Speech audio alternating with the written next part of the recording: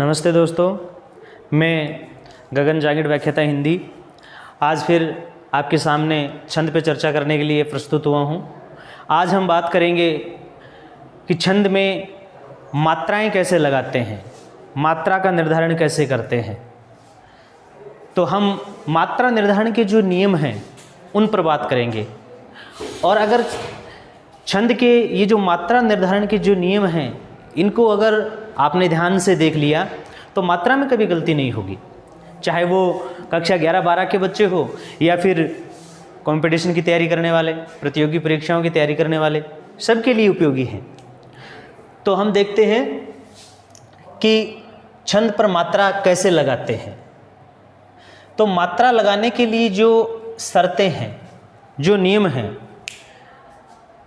मैं उन पर चर्चा करूंगा पहले कि मात्रा लगाने के लिए हमें मात्रा निर्धारण के लिए कौन कौन सी बातों का ध्यान रखना है। तो सबसे पहली जो बात है वो ये है कि मात्रा जो है वो हमेशा स्वर पे लगती है। मात्रा हमेशा या सदैव स्वर पर लगती है। मात्रा हमेशा किस पर लगती है? स्वर पर। व्यंजन पर कभी मात्रा नहीं लगती। व्यंजन वर्ण यानी व्यंजन का मतलब व्यंजन वर्ण पर कभी मात्रा नहीं लगती।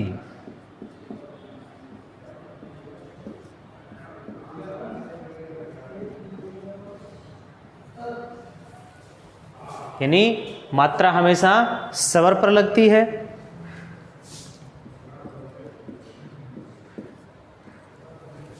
मात्रा हमेशा स्वर पर लगती है, व्यंजन पर कभी मात्रा नहीं लगती। तो ये ध्यान देने वाली बात है कि मात्रा जो है हमेशा किस पर लगाई जाती है? स्वर पर। व्यंजन पर कभी भी मात्रा नहीं लगाई जाती। छंद में मात्रा लगाते समय ये ध्यान रखना है कि मात्रा केवल स्वर पर ही लगती है, व्यंजन पर नहीं लगती। अब जो दूसरी बात है वो अपने को ध्यान में रखनी है कि स्वर में हमारे पास ह्रस्व और दीर्घ दो प्रकार के होते हैं। ह्रस्व स्वर और दीर्घ स्वर।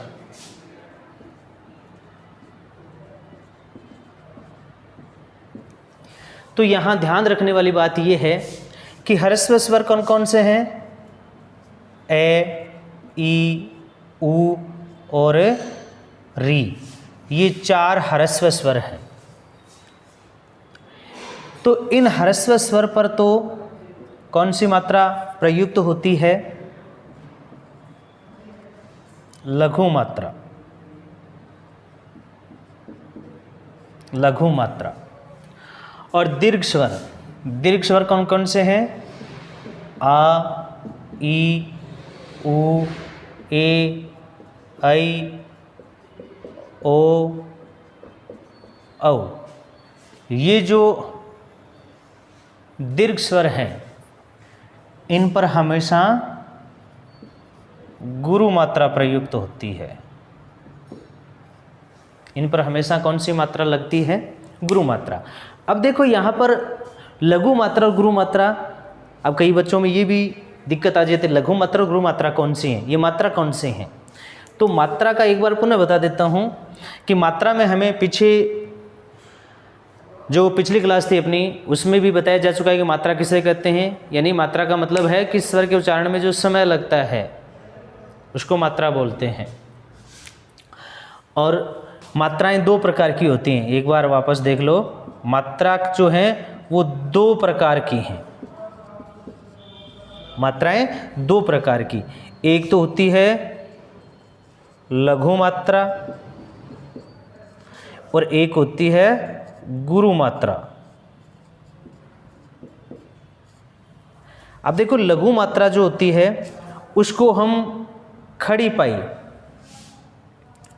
पाई के रूप में दर्शाते हैं। यानी लघु मात्रा का प्रतीक क्या है? लघु मात्रा का जो प्रतीक है वो है खड़ी पाई। और गुरु मात्रा का जो प्रतीक है वो है वक्र रेखा। गुरु मात्रा को अपन कैसे लिखते हैं हनी? हम गुरु मात्रा कैसे लिखेंगे? वक्र रेखा के रूप में। गुरु मात्रा लिखेंगे हम वक्र रेखा के रूप में और लघु मात्रा लिखेंगे खड़ी पाई के रूप में। तो ये है लघु मात्रा खड़ी पाई और गुरु मात्रा वक्र रेखा। अब हम बात करते हैं इनकी संख्या की, कि जब कई बार मात्रिक छंद होता है या मात्राओं के गिनती करें तो गुरु मात्रा की संख्या 1 मानी जाती है। गुरु मात्रा की संख्या कितनी मानी जाती है? 1। तो गुरु मात्रा की संख्या तो 1 मानी जाती है। और गुरु मात्रा की नहीं, लघु मात्रा की, लघु मात्रा की संख्या 1 मानी जाती है। लघु मात्रा की संख्या 1 मानी जाती है और गुरु मात्रा की संख्या 2 मानी जाती है। गुरु मात्रा की संख्या 2 मानी जाती है। लघु मात्रा की संख्या 1 और गुरु मात्रा की संख्या 2, ये मात्राएं होती हैं। अब हम बात करते हैं आगे। तो मात्रा निर्धारण में 2 बातें आपने ऊपर देखी। एक तो पहली बात स्वर पे मात्रा, व्यंजन पर नहीं, और दूसरी ह्रस्व स्वर पर लघु मात्रा और दीर्घ स्वर पर गुरु मात्रा। ये ध्यान रखना है कि ह्रस्व स्वर कौन से हैं, ये, और दीर्घ स्वर कौन से हैं, ये। अब हमें जो तीसरी बात ध्यान में रखनी है वो ये है कि हमारे पास अगर कोई शब्द होता है और उस शब्द में कोई ह्रस्व स्वर लिखा हुआ होता है और ह्रस्व स्वर के तुरंत बाद यदि कोई आधा अक्षर आ जाता है, हलंत वर्ण आ जाता है, संयुक्त अक्षर आ जाता है या विसर्ग आ जाता है, तो वहाँ हमें क्या करना है? उस ह्रस्व स्वर पर भी गुरु मात्रा ही प्रयुक्त करनी है। जैसे मान लो ह्रस्व स्वर, ह्रस्व स्वर, ह्रस्व स्वर के तुरंत बाद, यानी ह्रस्व स्वर के बाद कोई आधा अक्षर आ जाए, यानी बाद सीधा लिख लो, हलंत वर्ण लिख लो, जो एक ही बात है, हलंत वर्ण आ जाए, क्योंकि आधा वर्ण जो होगा वो भी आधा लिख दो चाहे हलंत लगा दो, बात एक ही है। हलंत वर्ण आ जाए, विसर्ग आ जाए, यानी ह्रस्व स्वर के बाद या तो कोई हलंत वर्ण आ जाए या विसर्ग आ जाए या संयुक्ताक्षर आ जाए। संयुक्ताक्षर कौन से? संयुक्त व्यंजन, यानी जिसको आप संयुक्त व्यंजन भी बोल सकते हो। नहीं, आप क्षत्र गे भी आ सकते हैं, द ये संयुक्ताक्षर वो भी आ सकते हैं। जैसे आप लिखते हो, जैसे क्षेत्र गे श्रे, ये इस तरह से।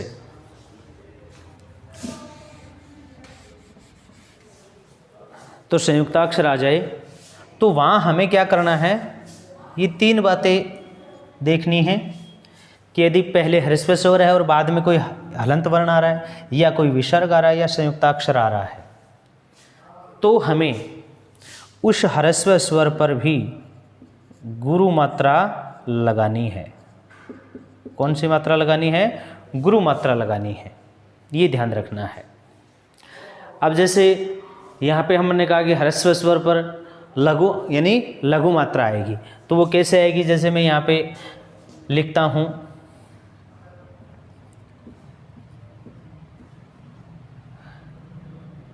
कागज, या दूसरा को लिख लो आप यहाँ पे, जैसे ये लिख लो, इसमें सारे ही ह्रस्व स्वर है। कै में भी ह्रस्व है, मैं में भी और रे में भी, यानी इनमें ए मिला हुआ है। ए मिला हुआ है तो ए ह्रस्व है। तो यहाँ लघु मात्रा लगेगी इस तरह से। और इधर जैसे दीर्घ स्वर है तो वहाँ जैसे आ जाए गांधी, तो यहाँ देखो गा गांधी, यहाँ देखो यहाँ भी गुरु है और यहाँ भी गुरु है, तो यहाँ गुरु मात्रा लगेगी। ये ध्यान रखना है कि कैसे लगानी है, इस तरह से। यहाँ दोनों में गुरु मात्रा आ जाएगी। अब यहाँ ह्रस्व स्वर हलंत वर्ण कैसे, जैसे यहाँ मैंने नाम लिख दिया शिक्षक, यहाँ पे सी ह्रस्व स्वर है और आगे संयुक्ताक्षर है, तो हमें ये संयुक्ताक्षर, इसके तुरंत बाद संयुक्ताक्षर होने के कारण इसको भी गुरु मात्रा करनी है, ऐसे मात्रा लगे। बाकी तो दोनों ह्रस्व ही है, ए स्वर मिला हुआ है तो ह्रस्व स्वर है तो लघु आ जाएगी, लेकिन यहाँ संयुक्ताक्षर से पहले जो ह्रस्व स्वर है उसको गुरु लगेगी, ये ध्यान रखना है। जैसे स्पष्ट,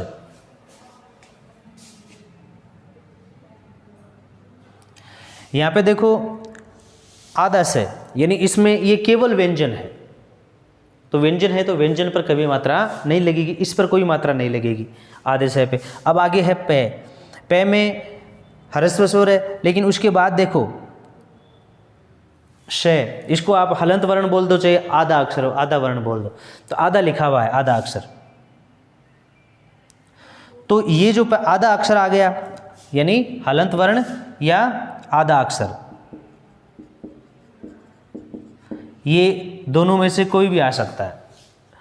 तो यहाँ पै के बाद आधा अक्षर आ गया यानी हलंत वर्ण आ गया, तो इस पै को गुरु मात्रा लगेगी और फिर ये इस तरह से मात्रा लगानी है। अब हम अगली बात करते हैं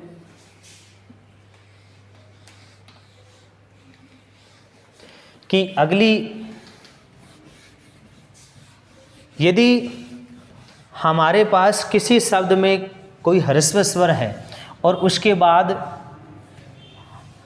आधा अक्षर आ रहा है और उस आधे अक्षर के तुरंत बाद यदि है वर्ण आ रहा है, यानी ह्रस्व स्वर के बाद कोई आधा अक्षर आ रहा है, आधा अक्षर आ रहा है, यानी आधा अक्षर का मतलब हलंत वर्ण आ रहा है, तो हमें यह ध्यान रखना है कि जो हमने पीछे रूल में पढ़ा कि ह्रस्व स्वर के बाद कोई आधा अक्षर आ जाए, संयुक्ताक्षर आ जाए या विसर्ग आ जाए, तो वहाँ पर हमें गुरु मात्रा लगानी है।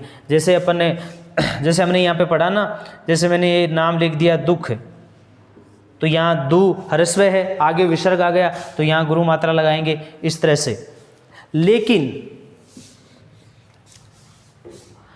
ह्रस्व स्वर के बाद आधा अक्षर हो और आधे अक्षर के बाद है वर्ण आ रहा हो, ये ध्यान रखना है। आधे अक्षर के बाद है आ रहा हो, क्या आ रहा हो, है आ रहा हो, तो फिर हमें इस पर गुरु मात्रा नहीं लगानी है, फिर गुरु मात्रा नहीं लगानी, फिर हमें इस पर लघु मात्रा ही लगानी है, फिर हमें इस पर लघु मात्रा ही लगानी है, ये ध्यान रखना है। यदि है न हो तो ह्रस्व स्वर पर आधा अक्षर होने के बाद गुरु मात्रा प्रयुक्त होगी, लेकिन यदि आधे अक्षर के बाद तुरंत उस आधे अक्षर के बाद है वर्ण आ रहा हो तो फिर ह्रस्व पर लघु मात्रा लगेगी। जैसे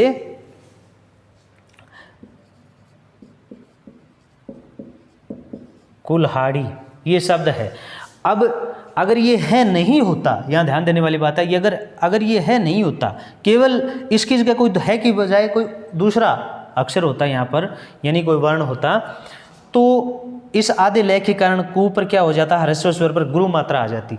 लेकिन यहाँ पर आधे अक्षर के बाद है वर्ण आ रहा है, तो है वर्ण आने के कारण इसको अपन लघु ही रखेंगे, गुरु नहीं करेंगे इसको अपन, यानी हम क्या करेंगे, गुरु नहीं करेंगे, इसको लघु ही रखेंगे और ये इस तरह से मात्राएं लग जाएंगे। जैसे हमने यहाँ पे नाम लिख दिया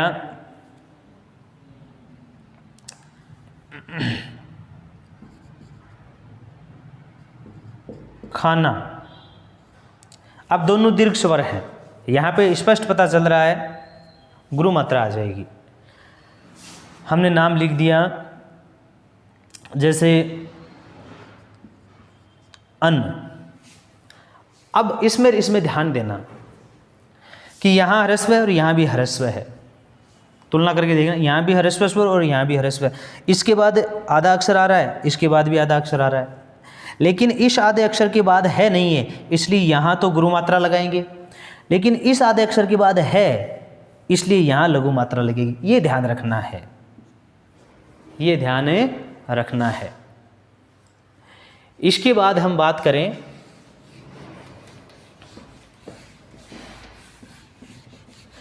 तो अगली जो बात है वो ये है कि ह्रस्व स्वर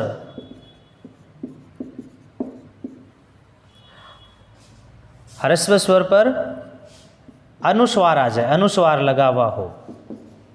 ह्रस्व स्वर पर अनुस्वार लगा हुआ हो। यदि ह्रस्व स्वर पर अनुस्वार हो तो गुरु मात्रा कौन सी लगानी है? गुरु मात्रा का प्रयोग करना है। और ह्रस्व स्वर पर चंद्र बिंदु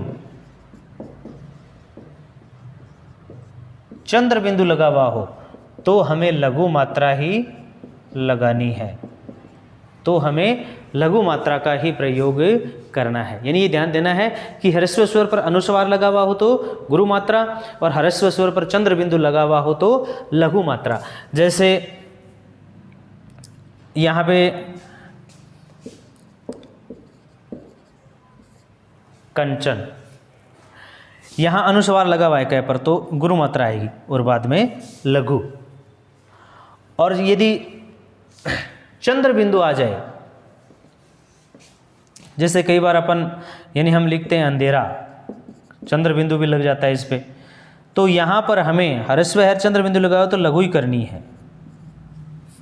इस तरह से अंधेरा शब्द में कई बार चंद्र बिंदु भी लगा देते हैं और कई बार अनुस्वार भी लगा हुआ आ जाता है। तो यानी इस तरह से ये सिर्फ समझाने के लिए है कि यदि चंद्र बिंदु आ जाए तो हमें लघु मात्राएं लगानी है और अनुस्वार आ जाए तो गुरु मात्रा लगानी है।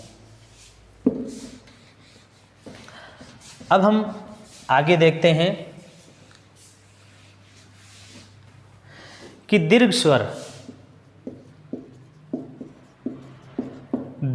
पर दोनों स्थितियों में, दीर्घ स्वर पर चाहे अनुस्वार लिखा हुआ हो यानी अनुस्वार लगा हुआ हो या चंद्र बिंदु, कोई फर्क नहीं पड़ता।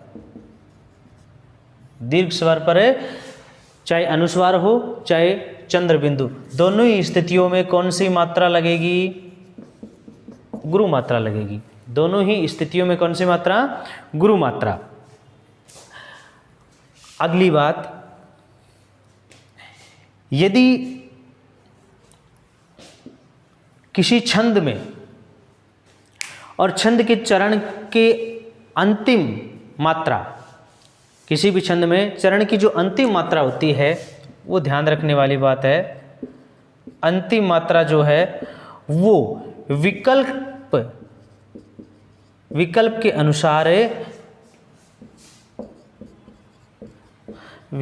के अनुसार लघु या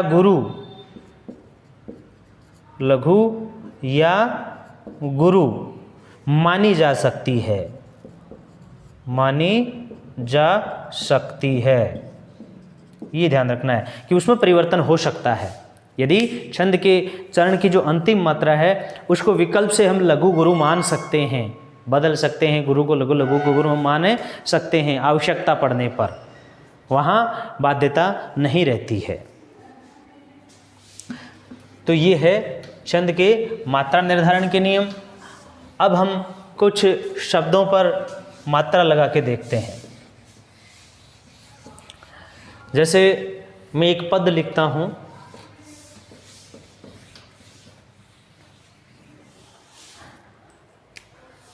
जैसे अब हम बोलते हैं रही मन धागा प्रेम का, रही मन धागा प्रेम का, मत तोड़ो छिटकाए।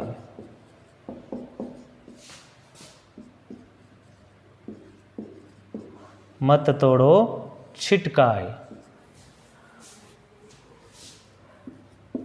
तोड़े से फिर ना जुड़े। तोड़े से फिर ना जुड़े या टूटे से फिर ना जुड़े।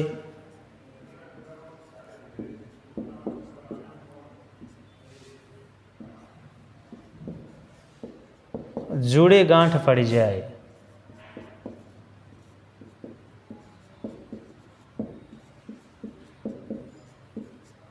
जुड़े गांठ पड़ जाए। अब हम इस पर मात्रा लगाते हैं। जैसे देखो रही मन, यहाँ हरस्व हरस्व हरस्व हरस्व।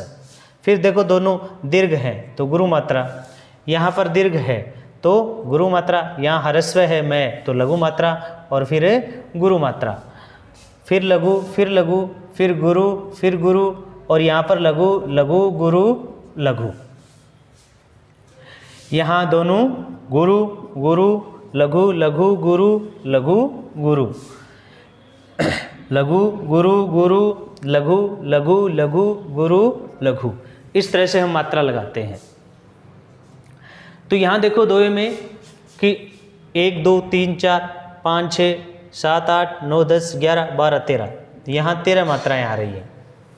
2 2 4 2 6 7 8 9 10 11 12 13 और यहाँ पर भी 13 मात्राएँ आ रही हैं। 1 2 3 4 5 6 7 8 9 10 11, यहाँ पर आ रही हैं 11 मात्रा।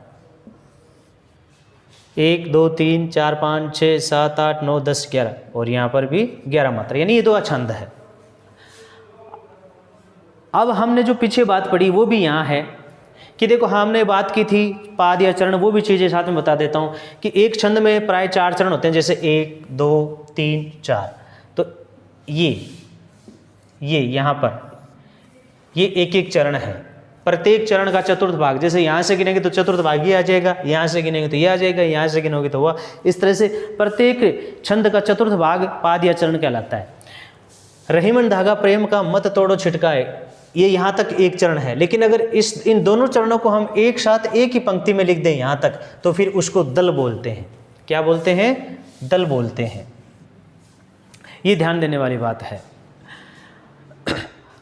अब देखो ये विराम, ये हमने निशान ये लगा रखा है ना, यति, ये यति होती है, यानी यहाँ पर यति। और ये तुकबंदी होती है, अंतिम किसी भी छंद के जो अंतिम स्वर, जैसे छिटकाए जाए, ये जो अंतिम स्वर ध्वनि जो मिल रही है वो तुकबंदी है, इसको तुक बोलते हैं। तो यहाँ पर जो मात्रा वाली देखो सब में स्वर पे मात्रा लगी हुई है, व्यंजन पे कहीं मात्रा नहीं है। और मात्रा निर्धारण के नियम आपको बता दिए कि मात्रा जो है वो हमेशा स्वर पर लगती है, व्यंजन पर कभी मात्रा नहीं लगती। दूसरी बात, ह्रस्व स्वर पर लघु मात्रा और दीर्घ स्वर पर गुरु मात्रा। तीसरी बात, ह्रस्व स्वर पर अनुस्वार हो तो गुरु मात्रा और चंद्र बिंदु हो तो लघु मात्रा। दीर्घ स्वर पर दोनों स्थितियों में गुरु मात्रा प्रयुक्त होगी। अगर ह्रस्व स्वर के बाद कोई आधा अक्षर, हलंत वर्ण, संयुक्ताक्षर या विसर्ग आ रहा हो तो हमें वहां पर ह्रस्व स्वर पर भी गुरु मात्रा लगानी है। और अगर आधे अक्षर के बाद है वर्ण आ जाए तो हमें फिर उस ह्रस्व स्वर पर गुरु मात्रा नहीं लगानी, फिर लघु मात्रा ही लगानी है। और छंद के अंतिम चरण के अंतिम जो मात्रा होती है स्वर के, उसको हम विकल्प से लघु गुरु मान सकते हैं। तो ये बातें हमें ध्यान रखनी है। अब कुछ शब्दों में जैसे गण बनाते हैं, जैसे यहाँ पे हमने नाम लिख लिया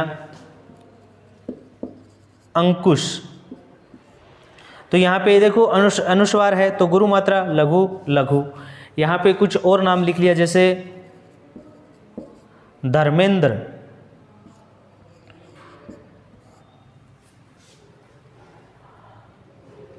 इस पे भी लगा सकते हो आप, धर्मेंद्र, इस पर भी लगा सकते हो। जैसे यहाँ पे आधा वर्ण आ रहा है तो ये गुरु हो जाएगा, ये भी गुरु, यानी रे आधा है ना, दह से बाद, दह के तुरंत बाद आधा आ रहा है तो गुरु गुरु और लघु। जैसे दारिद्र्य, यहाँ इसको भी हलंत कर देता हूँ, दारिद्र्य, दे को भी हलंत कर देता हूँ। तो देखो यहाँ पे दा गुरु मात्रा, री हरस्व लघु मात्रा। अब देखो यहाँ पर ये ध्यान रखना है, री हरस्व स्वर होने से लघु आएगी, लेकिन इसके बाद आधा दे आधा आ रहा है, तो हम यहाँ पर फिर इसको लघु नहीं करेंगे, इसको हम क्या करेंगे, गुरु करेंगे। और यहाँ रे दे भी आधा और फिर हलंत लगा दिया तो रे भी आधा हो गया, तो दोनों व्यंजन है, कोई मात्रा नहीं लगेगी। आगे यह है तो लघु मात्रा।